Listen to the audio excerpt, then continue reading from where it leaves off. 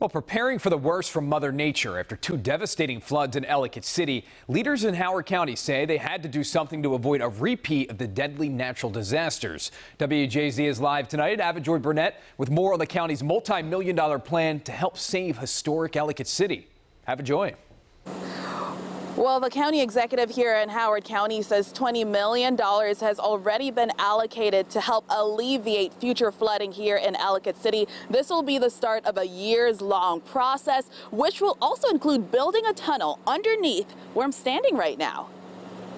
Flood-prone Ellicott City is slated to undergo a makeover that could save lives. Thursday, the county executive announced about $20 million will be allocated to projects to prevent floods on Main Street. And if we're going to invest tens of millions of dollars, we want to make sure that we maximize that investment. The project will include culverts to divert water, research for a new tunnel, and the removal of some buildings. We have a project to completely demolish the lower four buildings from the former Phoenix up until Tiber Alley. This right here is a part of the charm of Main Street, water running right beneath the buildings. But engineers say that is a part of the problem. When there are massive storms, the water has nowhere to go, and that creates an overflow issue.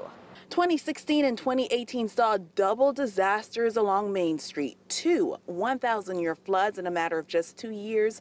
3 people died when the ground disappeared under swift floodwaters. People who know and love Main Street believe something has to be done. Obviously don't want to have to tear down historic buildings. That seems like just a drastic step, but I feel like that's probably the only option. In total, all the work could range from $113 to $140 million. County Executive Calvin Ball says they'll work to find additional funding before another disaster strikes. I know the anxiety that our neighbors in Ellicott City feel every time it rains, because I feel it too. So you may be wondering what the timeline will look like. Some of the projects have already been completed, the smaller ones, and then there are the medium-sized ones that will take about 18 months, and then the bigger ones, like building the tunnel right here that could go as deep as 100 feet, that will take a few years. Live at 5 in Ellicott City, Joy Burnett for WJZ.